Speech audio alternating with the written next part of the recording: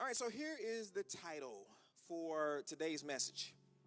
God is telling you that he is bigger than this storm.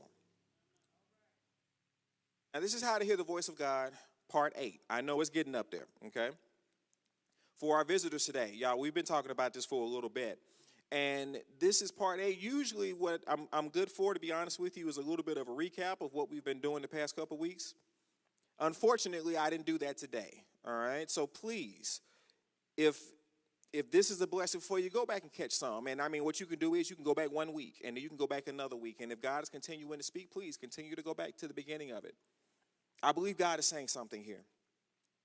If you're going through a trial right now, I've said this for each one of these messages this month.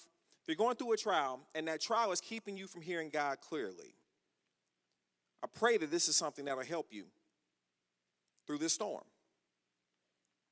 So I want to start with our memory verse. We do it every week. Y'all know it now, right? Job 33 and what? 14, right. Okay. All right, what does it say? For God does speak, now one way, now another, though man may not perceive it. Now, depending upon the translation you're looking at, it says man, it says nobody, it says no one.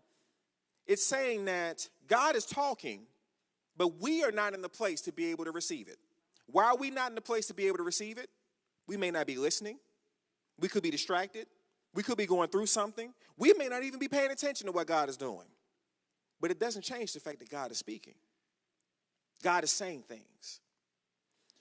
And one of the things that can get in the way of what God is saying are the trials that we go through on a regular basis. We talked about Peter last week. How many of you all heard last week's message? Peter in the boat, right?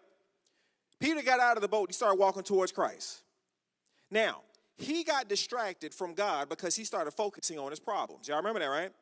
And we said last week that focusing on the problem can literally cause you to sink into it, which is what happened with him.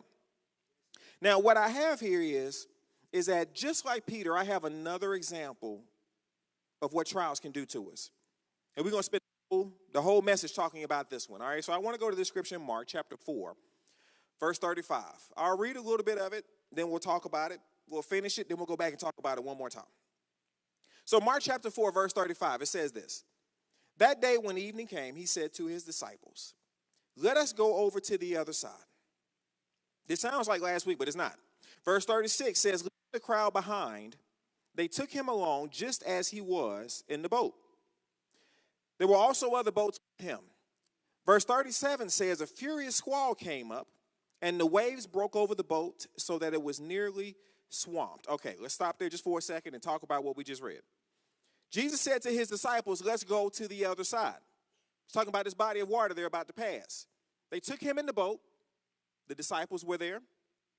There were some other boats that were there as well, too. Y'all saw all of that, right? And then it says a furious squall came up. That was a storm. A furious storm, a mean storm, a strong storm came up. And it says that the waves were coming over the boat. Y'all know what happens when waves come over the boat, right? That means the boat is now taking in water. All right? And so the boat is moving all about, and it has a possibility of sinking. And with all of this that's going on, in verse 38, with all of this going on, all of this craziness, the boat's being thrown around, what's Jesus doing? In verse 38, it says, Jesus was in the stern.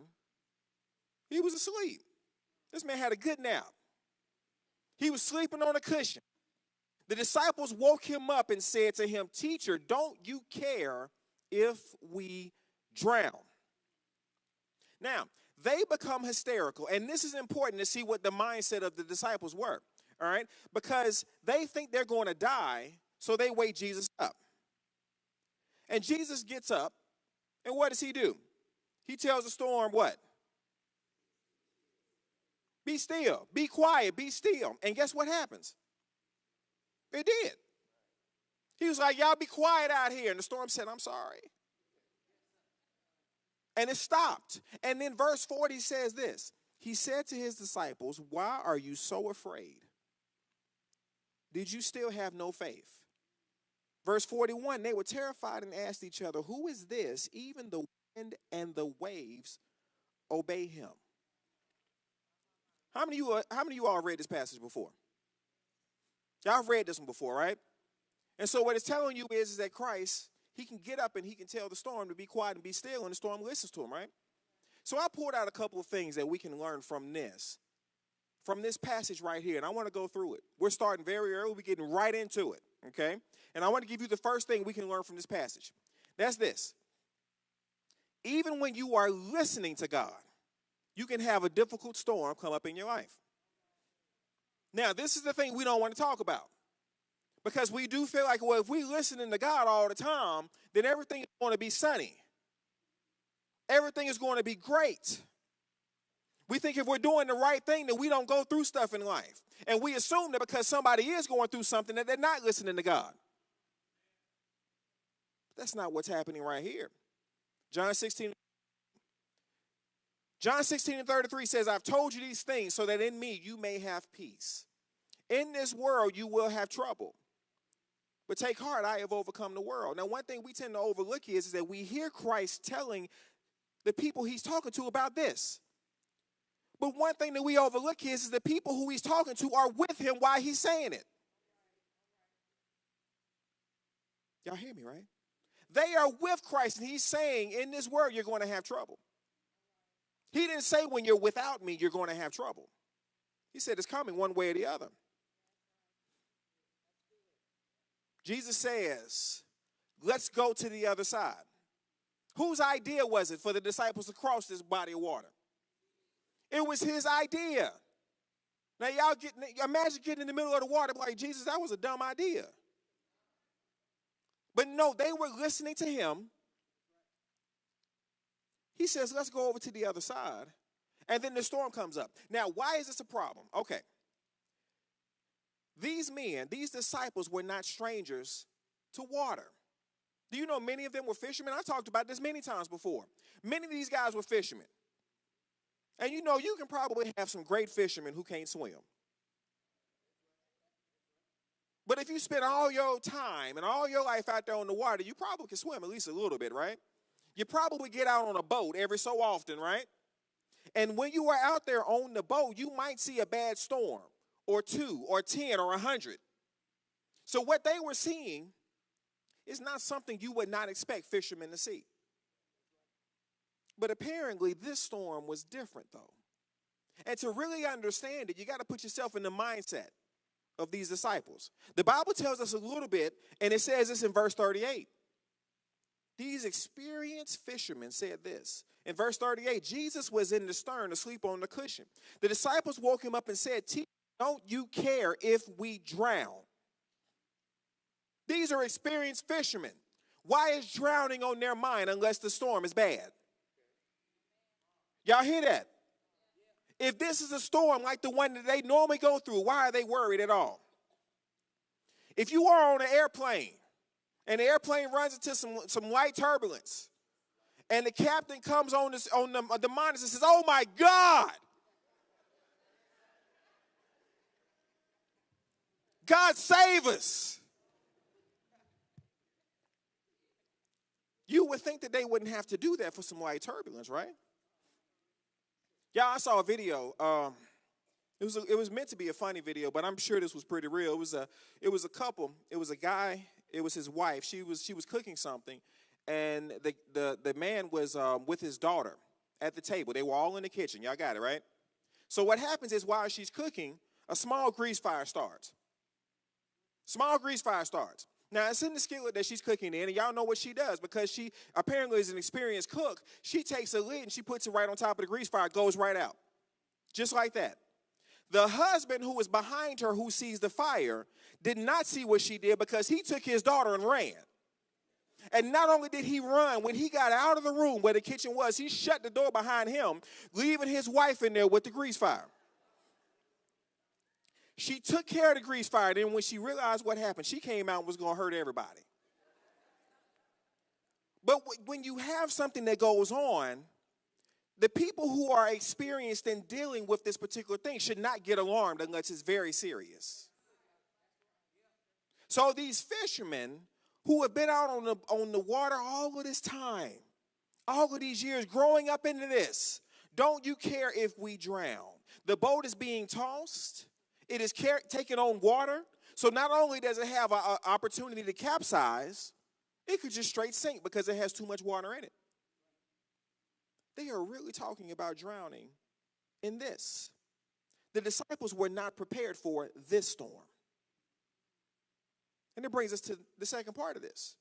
And it says, remember, some of the biggest storms may come up when you are listening to and following God. But if he sent you to it, he will carry you through it. Some of the biggest things you might have going on in your life right now might show up at the time when you say, God, I'm going to do right. God, I'm going to trust you when I'm going to do this. And now you run into something making you think that you shouldn't have done it in the first place. Maybe you're doing the wrong thing. But listening to God, this is the crazy part. Even listening to God can sometimes run you into storms you would not have ran into if you weren't listening. But guess what you do have if you are listening? You got Jesus asleep on your boat.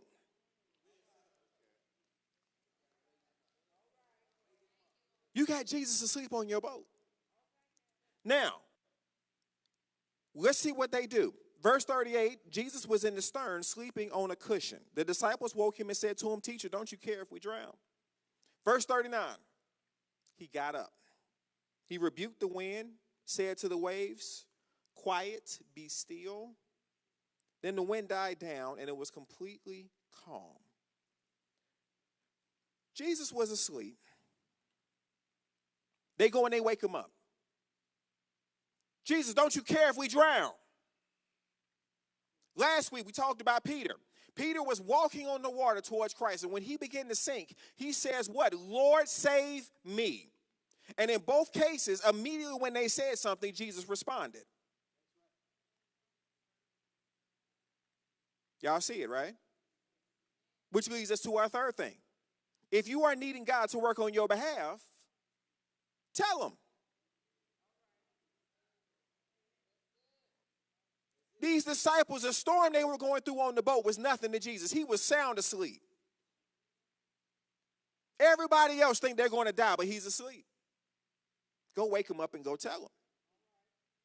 Peter, like I said, asked for help. Jesus immediately grabbed him. Y'all remember I said it last week. What if Peter didn't say anything? Jesus probably would have grabbed him. But Peter didn't have to sink far because when he asked for help, he had it. The disciples asked for help, kind of, sort of. They really didn't ask for help. They really just said, don't you care if we drown? To me, that's a little disrespectful, but they were hysterical, so I give them that. But he responded when they put him on the scene, right? When they got Christ involved, he did something, didn't he? It says Jesus gets up and he calms the storm. Y'all, there is something about putting God on the scene, asking God for what you need that causes him to respond.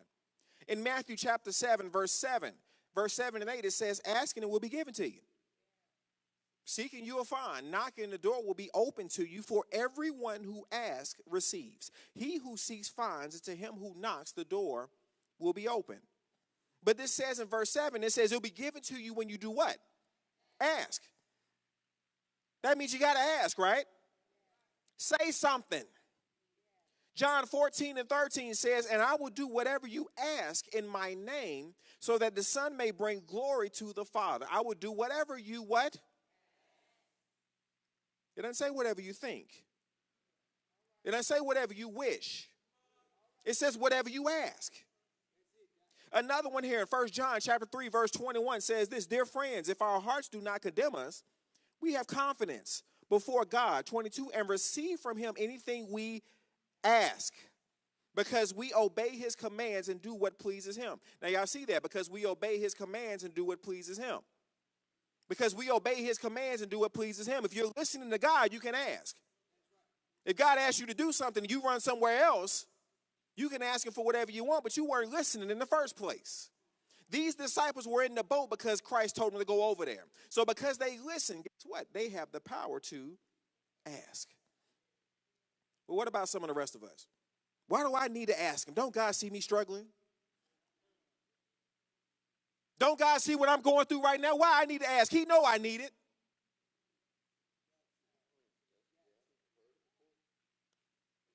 And we can feel that way, right?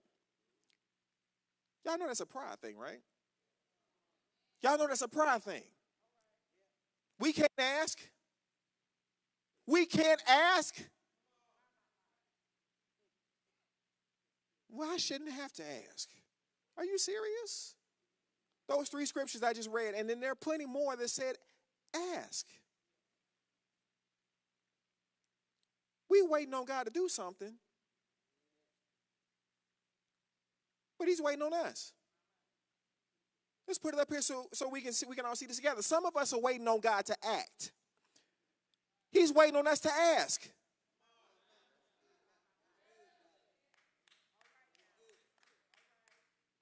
Peter starts sinking.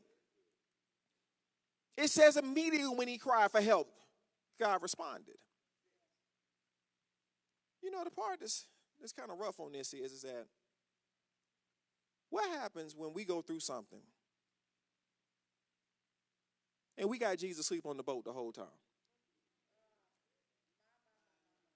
What would the disciples do if they didn't wake him up? They probably would have drowned. Jesus would have woke up when water started coming in his room, right? How much do we go through? Because we don't ask.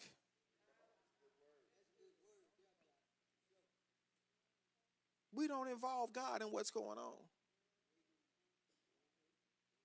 So this teaches us also the 4th thing about storms. The 4th thing is this. We try our best to make it through our storms. We try our best to make it through our storms. Don't forget that God has the power to end them. We're trying to make it through. This storm was something that had an all hands on deck type of emergency. And it only took 3 words for Jesus to put a stop to the whole thing. They are losing their minds on this boat. Y'all know we do something very similar. We try to take our storms day by day. If I can just make it to the end of the day, I can get a little bit of rest to help me get through it tomorrow. But God is saying that some of these storms, they can have an end to them. You don't have to wake up each day to go through the same thing. Because you serve a God who can speak to the storm and tell it to stop.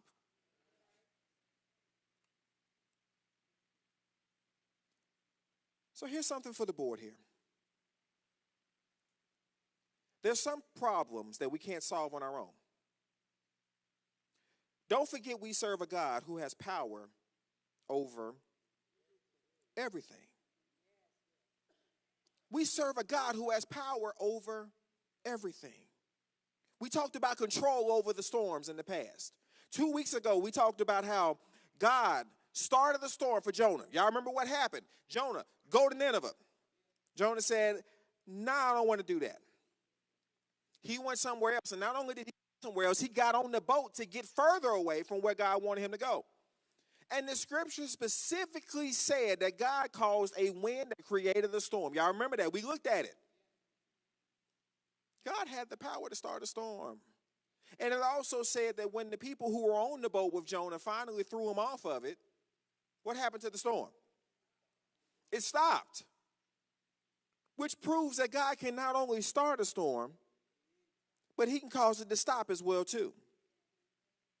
Last week when Jesus told the disciples to go across the water and the storm came up to stop them, y'all remember that? I made a statement last week. I said, well, we don't actually know who created that storm. Bible didn't say. But what we do know is that storm held them where they were for a reason. So they could come and they could watch Christ come walk on top of everything they had been struggling over that night. If you hadn't heard the message last week, please go listen to it.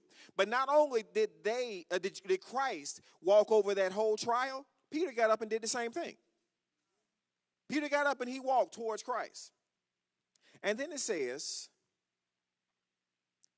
when Christ and Peter went back to the boat, when the storm stopped, it stopped when they got back in the boat, right? Which means that these things have a condition that causes them to stop. And guess who controls that condition? God does. God has power over our storms. From what I said from last week, our storms the things that we go through, the trials that we have, that we deal with, they are an opportunity to see how big God is. The bigger the storm, the bigger the show out.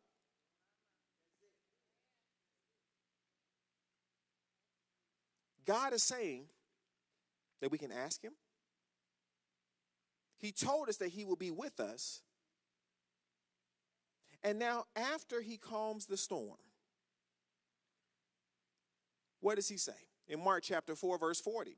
What does he say to the disciples when he calms the storm? He says to them, he said, why were you so afraid? Do you still have no faith? Jesus is telling them, why were y'all afraid? The disciples were like, Jesus, you were asleep. You don't know. All this was going on. This was the biggest storm we had ever seen before. We thought we were going to die. And Jesus says, do you have no faith? He asked them, why were they so afraid? Which leads us to our fifth thing right here. If you have God with you, you don't have to be afraid of anything. If you have God with you, you do not have to be afraid of anything. The question is, why are we afraid? What is it that comes up in us that causes us to fear in the first place? There's a psalm in chapter 56, verse 3 and 4, and it says this, when I am afraid, I can trust in you. Verse 4 says, in God, whose word I praise, in God I trust, I will not be afraid. What can mortal man do to me? It says, when I'm afraid, I'll trust you. What can anyone do to you? And here's a question I'm asking you. What can anybody do to you if God is with you? Now, here's the part that we really got to think about how big God is. We really got to think about how big God is. If God is with you, what can somebody else do to you? What if it's beyond just a person? What if it's a trial? Same question. If God is with you, what can this trial do to you?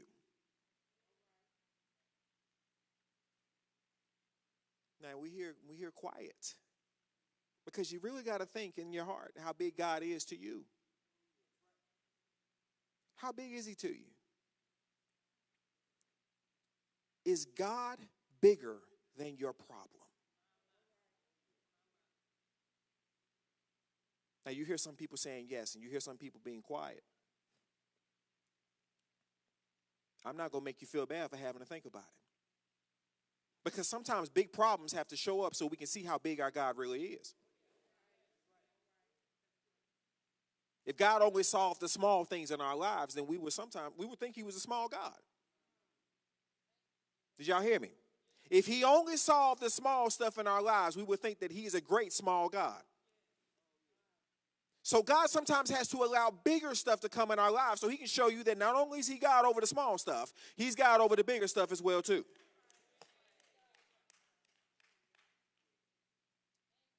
What storm can stand up to your God? Can the storms on your job stand up to your God?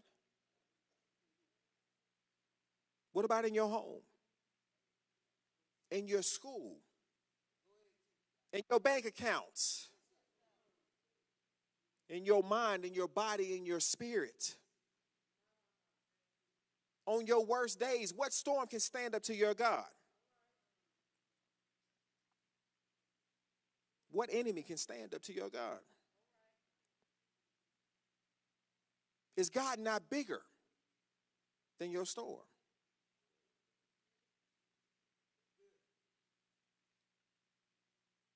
Psalm 23, the one we all learned when we were kids, right? Some of us need to sometimes go back and read that. Because in verse 4 of Psalm 23, it says, even though I walk through the valley of the shadow of death, I will fear no evil. Now, I've talked about this multiple times before. Do y'all really know what that means? Can y'all imagine what the valley of the shadow of death looks like? First off, okay, let's establish this real quick. So death is here. Y'all got it, right? You can't really get worse than death. So death is right here. But apparently death has a shadow. And you in the shadow of death, which means that you're worse than death. But it also says not only are you in the shadow, you in the valley of that shadow.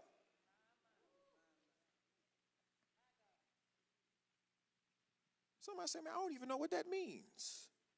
That means the worst of the worst of the worst. No matter how bad you think it is, when you are worse than that. It says, when you are in that place, I will fear no evil. And why do we not fear any evil? Because God is with me. Don't even worry about the rod and staff. The reason we don't have to fear is because God is with us. No matter how bad it gets, God is with us. Y'all know each day we should remind ourselves that God will take care of you. Remind yourself about that. If God is with me, who can be against me? If God is with me, what storm can come up against me? So let's finish the story here. So Mark chapter 4, verse 41. They were terrified, and they asked each other, who is this? Even the wind and the waves obey him. They were terrified of all of this because this storm, they thought they were going to die. And like I said, all they did was wake Jesus up. And when Jesus did what they thought he was going to do, they terrified of him. Question I'm wondering is, what you wake him up for if you're going to be scared of him after he did it? But they said even the wind and the waves obey him. Their worst storm was nothing to Jesus. Imagine the amount of control you have when you're going through your worst storm in life. And God can be right there with you asleep because you haven't put him on the job.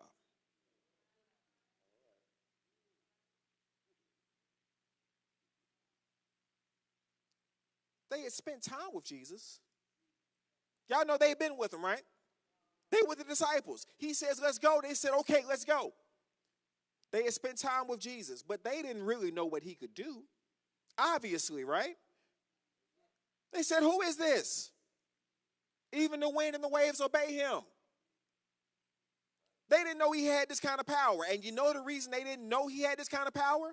Because the storm had not come up big enough to show his power over the storm. Now, I hope y'all are bringing this back to your own circumstances, right? Sometimes we got to go through big storms in life to remind us of how big our God is, okay? But how would they have known the power of God if they had not seen it?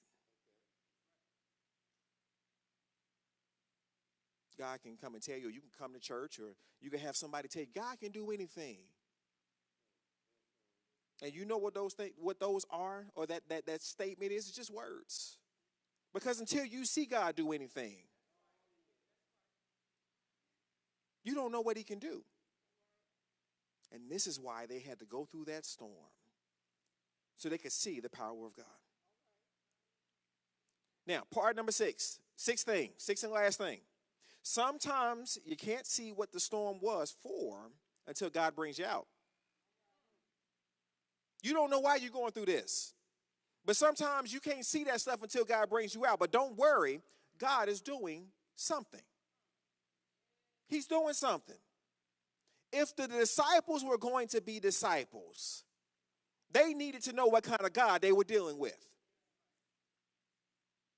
Y'all hear me?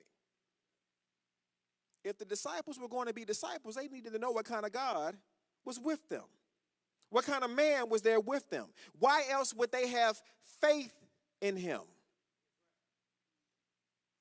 It's the same thing with us. I've been saying this a couple times already. How many of us know we serve a big God? Okay, great. How?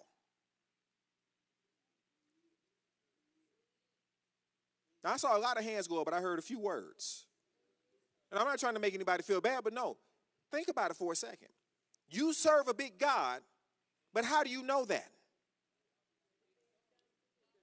I'm going to tell you how you know, but I'm just trying to give you a moment to think about it, right? How many of us know we serve a big God again? Again, the question is, how? How do you know he's a big God? Let me tell you how you know. Because you've seen God work on your behalf. You've seen God show up time and time again and do something for you that you didn't think could be done. You've seen him show up for the small stuff, and you've seen him show up for the big stuff. You have made it through 100% of the trials that have come up against you, and God has delivered you through all of them. You know God is God because you've seen him work. And you know what God can do. Time and time again, God has delivered us from our trials. We've been able to see him perform miracles for us. We've been an example of his goodness, his favor, his mercy, and his love. And I'm going to end with this statement right here. We've been talking about how God speaks through his actions. Because all of this is still how to hear the voice of God, right? God does speak, now one way, now another. Jesus got up. Master, don't you care if we drown? He gets up. He says, talks to the storm, be quiet, be still. God does speak, now one way, now another. Though we don't perceive it. And sometimes, God might not be talking to you. He's talking to your trial.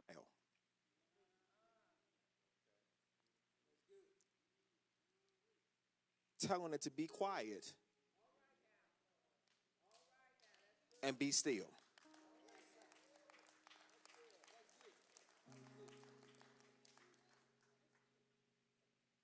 Sometimes we need to wake God up to not speak to us, but allow him to speak to our storm. We're going to stop right there for today.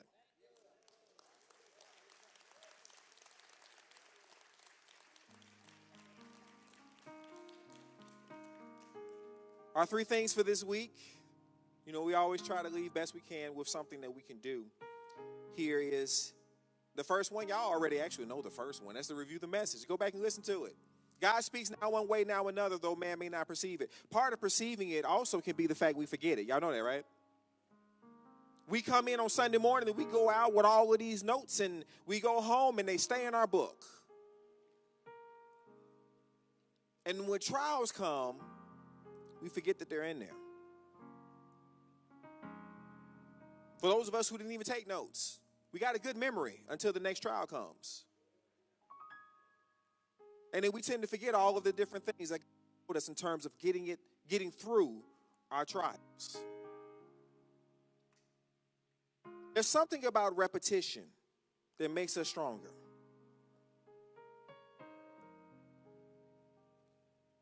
You know, if any of you all played sports or anything like that, they tell you that even the fundamental stuff, you got to practice it over and over and over and over and over and over and over again. And that's just the first day. And you wake up the next day and you practice it over and over and over and over and over and over and over again. Why are you practicing the simple stuff when you can move to the complex things? Well, the deal is that you practice the simple stuff until the simple stuff becomes second nature. Where you know it and you don't even have to think about it. You know, we have a tendency to want to get to the best stuff as fast as possible. And we overlook all the small stuff. As Paul said that each one of you all should be teachers right now, but we got to go back and teach you the elementary truths because you tried to move too fast. Go back and get the small stuff and get it well. We go through stuff, y'all. And unfortunately, our boats take on water. Our boats get thrown one way and another. Some of our boats might even capsize and turn over.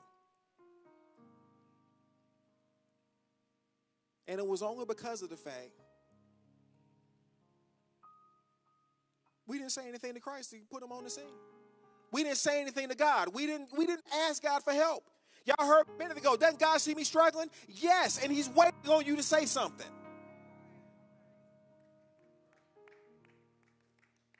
Are you ready for me to handle it now?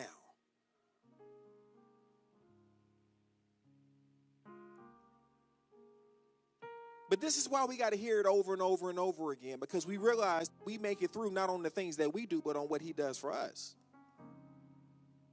There are too many storms and too many trials that we're trying to fight on our own when God's been waiting patiently for us to put him on the scene. So this is why we go back and listen to the message. We have our study groups we do on Wednesdays, 6:30 to 7:30, 1 hour. They're continuing to grow. More and more people are coming. And in fact, actually, we have people who are able to come to the study groups who are not here on Sunday morning. Can y'all believe that? They watch the messages at home and they show up here on Wednesdays.